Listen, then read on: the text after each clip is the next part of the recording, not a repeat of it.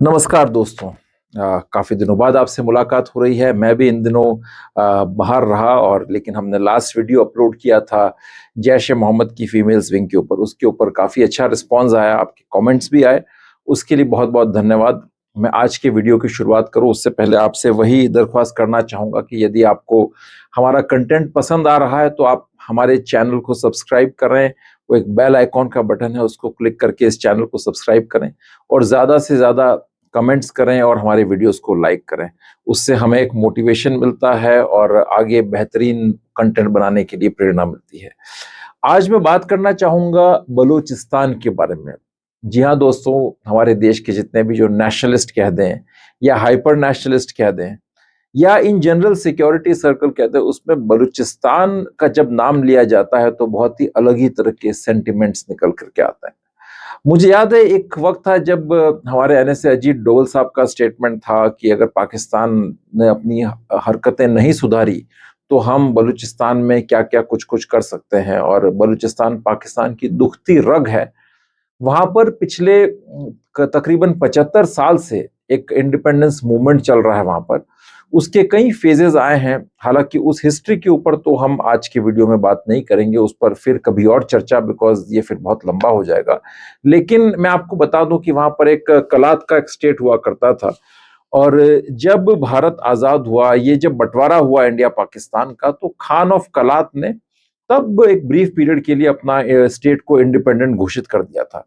और जब ये उन्होंने अपने आप को स्वतंत्र घोषित किया, ठीक उसके कुछ समय बाद मोहम्मद अली जिन्ना पाकिस्तान के प्रीमियर थे और उनकी अगुवाई के अंदर और बेसिकली पाकिस्तान ने इसके ऊपर ज़बरन कब्जा कर लिया इस इलाके के ऊपर।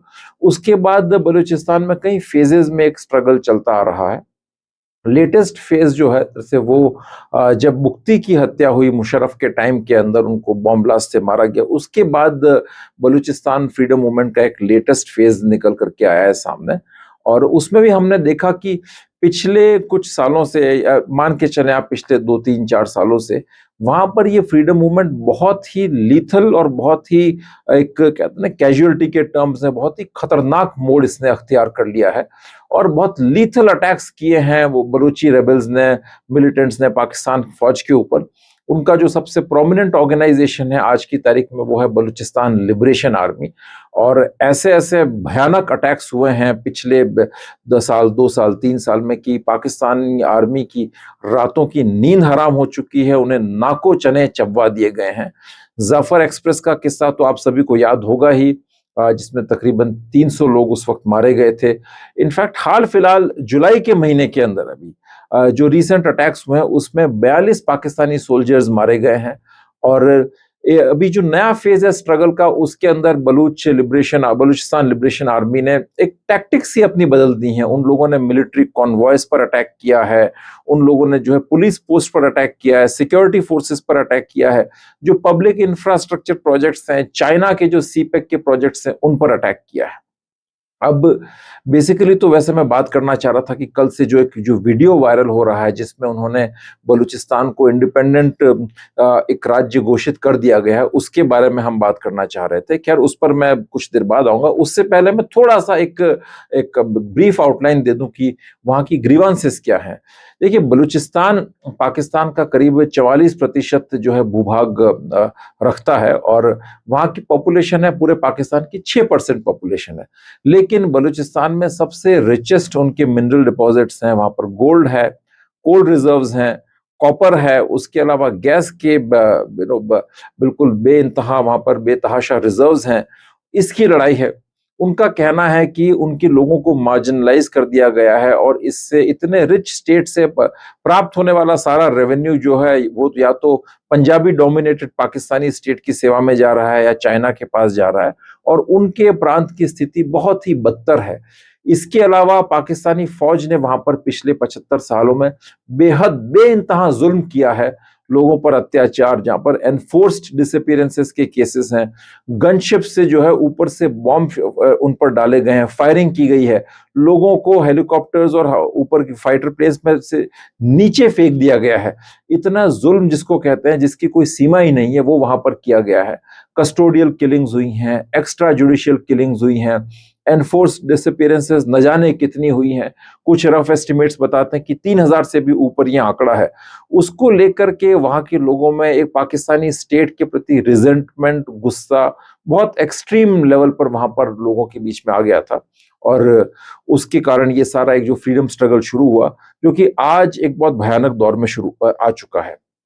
अभी हाल फिलहाल के अंदर कल से एक वीडियो वायरल हो रहा है, कुछ ट्वीट्स वायरल हो रही हैं, जिसके अंदर ये क्लेम किया गया है कि बलूचिस्तान लगभग लगभग 85% आज़ाद हो चुका है और वहां पर उनके रेबल ग्रुप्स ने अपनी फ्लैग भी घोषित कर दिया है, अपनी करेंसी, अपना नेशनल एंथम बना दिया है, अपनी एडमिनिस्ट्रेटिव और पॉलिटिकल यूनिट्स भी बना दी हैं। बेशक ये खबर पाकिस्तान के लिए बहुत दुखद खबर है, बिकॉज पाकिस्तान जो है कई तरफ से खतरों से घिरा हुआ है और सुरक्षा की बहुत ही भयानक चुनौतियों को झेल रहा है। उधर टीटीपी ने पाकिस्तान की नाक में दम कर रखा है खैबर पख्तूनख्वा में। इधर बलूच रेबल्स ने बलूचिस्तान में पाकिस्तान के लिए बहुत परेशानी खड़ी कर रखी है। ऐसे में अगर ये क्लेम सही है कि उन्होंने 85% टेरिटरी पर कब्जा कर लिया है, तो निश्चित ही पाकिस्तान के लिए बहुत चिंता का विषय है और इसके बड़े गंभीर परिणाम पाकिस्तान की अखंडता के लिए, उनकी सोवरेंटी के लिए, इंटेग्रिटी के ऊपर हो सकते हैं। पिछले दफे हमने देखा था जब जाफर एक्सप्रेस वाला अटैक हुआ था, उससे पाकिस्तानी फौज इतनी टेंशन में आ गई थी, इतनी अलार्म हो गई थी कि उसके बाद जनरल मुनीर, जिनको कि फील्ड मार्शल भी कहा जाता है या कुछ लोग चाहे तो फील्ड मार्शल भी कह सकते हैं, उन्होंने ताबड़तोड़ वो स्टेटमेंट दिए थे कि इंडिया पाकिस्तान अलग है और टू नेशन थ्योरी को वापस रिवाइव किया था। इंडिया को हिंदू इंडिया, पाकिस्तान को मुस्लिम पाकिस्तान, इस तरह की सारी कम्युनल जहर भरी बातें कही थी। और उसके ठीक बाद पहलगाम हुआ और उसके बाद भारत पाकिस्तान के बीच में एक छोटा युद्ध हुआ 4 दिन का। तो उस घटना से हम ये सबक ले सकते हैं कि बलूचिस्तान में जिस तरह से तनाव, उपद्रव और जिस तरह से ये गतिविधियां, अलगाववाद बढ़ रहा है, उसके परिणाम शायद कहीं ना कहीं भारत के सिक्योरिटी सिनेरियो पर भी हो सकते हैं। और शायद पाकिस्तान जो है वहां से ध्यान भटकाने के लिए भारत के ऊपर एक छोटा मोटा अटैक या कोई बड़ी घटना, आतंकवादी वारदात भी इस फ्रंट पर कर सकता है। और चूंकि पाकिस्तान को भी ये भी लगता है कि उसने वेस्ट एशिया में मीडिएशन करके, जो कि डेफिनेटली अगर इंडिपेंडेंट असेसमेंट किया जाए तो वो मीडिएशन नहीं था, उसकी भूमिका पोस्टमैन से ज्यादा की नहीं थी, पर उसने अपना एक स्थान बनाया है। इसी के कारण उसके साथ जो वर्ल्ड पावर्स हैं, चाहे वो चाइना हो, चाहे वो अमेरिका हो, चाहे वो टर्की हो, चाहे वो सऊदी हो, वो उसके साथ हैं। तो वो कहीं ना कहीं इस स्थिति का लाभ उठाना चाहेगा और भारत के लिए थोड़ी सी मुसीबत खड़ी करना चाहेगा। लेकिन इसको अगर आप बलूचिस्तान में जो तनाव बढ़ रहा है, जो टेररिज्म बढ़ रहा है, मिलिटेंसी बढ़ रही है, उसके संदर्भ में देखिए तो उस इंडिया के खिलाफ कुछ मिलिट्री एक्शन करने से या टेररिज्म का कोई एक्ट करने से पाकिस्तान को इस स्थिति में एक लाभ मिल सकता है। वो ये है कि वहां का ध्यान भटक सकता है वहां। और जनरली पाकिस्तान का ये इतिहास रहा है कि जब भी गंभीर सुरक्षा चुनौतियां आई हैं तो उन्होंने वहां के लोगों को एकजुट करने के लिए, उनको यूनाइट करने के लिए दो ही सहारे लिए हैं। एक तो है इस्लाम का सहारा और दूसरा जो है इंडिया के थ्रेट को एक बड़े इमेजिनरी और फिक्टिशियस रूप में, काल्पनिक रूप में बढ़ा चढ़ाकर लोगों के सामने प्रेजेंट करने की कोशिश की है और इंडिया के साथ अपनी दुश्मनी या मिलिट्री एस्केलेशन को बढ़ाया है। तो शायद कहीं ना कहीं हमें इस चीज के लिए भी तैयार रहना चाहिए। एक बात मैं और कहना चाहूंगा कि बलूचिस्तान जो है, अब शायद लोगों को रियलाइज हो रहा है कि ये कोई बहुत ही छोटा कन्फाइंड रीजनल कॉन्फ्लिक्ट नहीं है। अगर आप देखिए, इतिहास देखें तो बलूचिस्तान शुरू से एक नेग्लेक्टेड कॉन्फ्लिक्ट जोन रहा है। वेस्ट को अगर आप देखें तो पश्चिम में जो जितने भी थिंक टैंक्स हैं, वहाँ के और भी जो इदारे हैं, वहाँ के जो रिसर्चर्स हैं, उनका ध्यान हमेशा से वेस्ट एशिया, फलस्तीन और बाकी इन कॉन्फ्लिक्ट जोन्स के ऊपर काफी उन्होंने लिखा है, उनका ध्यान गया है। लेकिन बलूचिस्तान को नेग्लेक्ट किया गया है। उसके कुछ कारण रहे। एक तो ये कि पाकिस्तान का वहां पर जुल्म बहुत था और पाकिस्तान की एक जरूरत है वेस्ट को बड़े स्ट्रेटेजिक सेंस के अंदर, वो उनके काफी उल्टे सीधे काम करता है पाकिस्तान, इसलिए पाकिस्तान की जरूरत है उनको। दूसरी बात यह कि बलूची लोग कभी नैरेटिव वॉर के अंदर अपने आप को स्थापित नहीं कर पाए। नैरेटिव वॉर में यानी कि आपको मीडिया के थ्रू या अपने इंडिपेंडेंट पब्लिकेशंस, रिसर्च पेपर्स के थ्रू, उसमें कभी कोई बहुत मजबूत कार्य नहीं कर पाए। और तीसरा ये कि बलूच डायस्पोरा वगैरह की जो लॉबीज भी वहां पर थी, वो भी कोई बहुत प्रभावशाली नहीं थी। इसके अतिरिक्त भारत का भी बलूची मूवमेंट को बहुत स्ट्रांग कभी सपोर्ट नहीं रहा, मुखर होकर के भारत भी कभी सामने नहीं आया जिस तरह से आना चाहिए था। हालांकि पीएम मोदी ने एक बार जरूर बलूचिस्तान का नाम लिया लाल किले पर अपने भाषण में, लेकिन उसके बाद भी जो उम्मीदें भारत से थी वो उसके ऊपर कोई खास भारत उतरा नहीं। लेकिन अब बलूची जो है बहुत ही एक भयानक तरीके से और बहुत ही वायलेंट तरीके से पाकिस्तानी स्टेट के ऊपर प्रहार कर रहे हैं और उनके लिए बड़ी खतरे की स्थिति उत्पन्न कर दी है। इसके कुछ अन्य कारण भी हैं।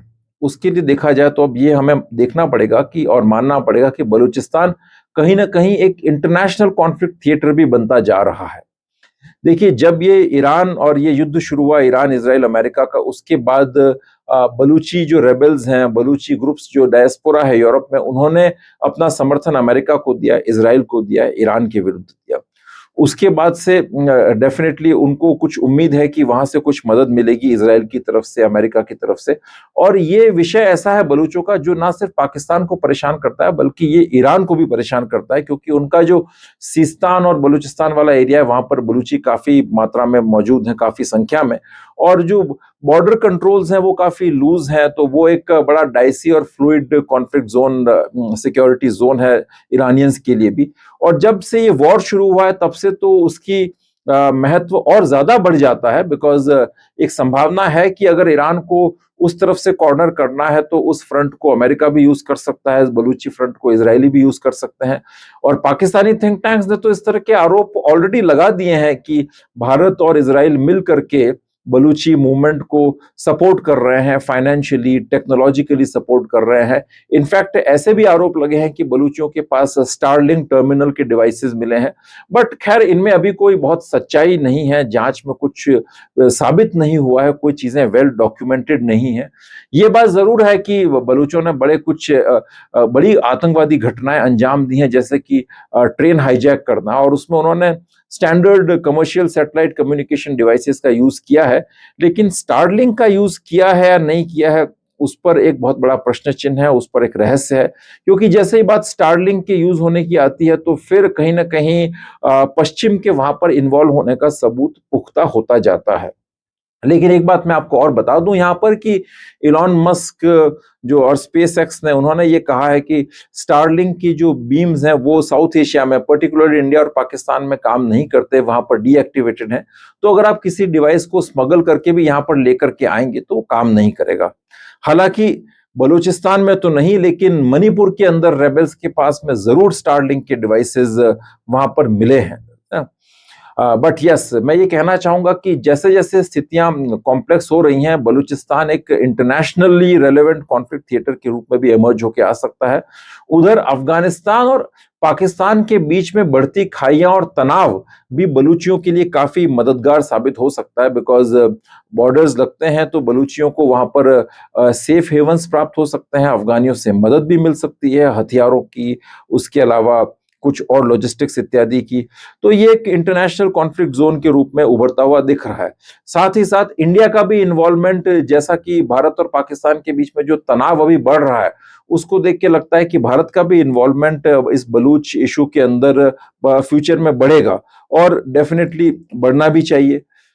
अभी जो स्टेटमेंट वायरल हुआ उसके अंदर बलूची कह रहे हैं कि उनके पास 5 लाख की फौज तैयार है पाकिस्तानियों को उखाड़ फेंकने के लिए। कितना सच है, कितना गलत है, उसे वेरीफाई करना मुश्किल है।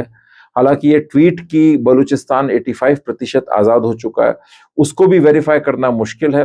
ना पाकिस्तान ने उस पर कुछ जवाब दिया है, ना कुछ इंडिपेंडेंट सोर्सेज ने वेरीफाई किया है। परंतु एक बात कही जा सकती है कि कुछ तो समस्या है, और समस्या बड़ी गंभीर है।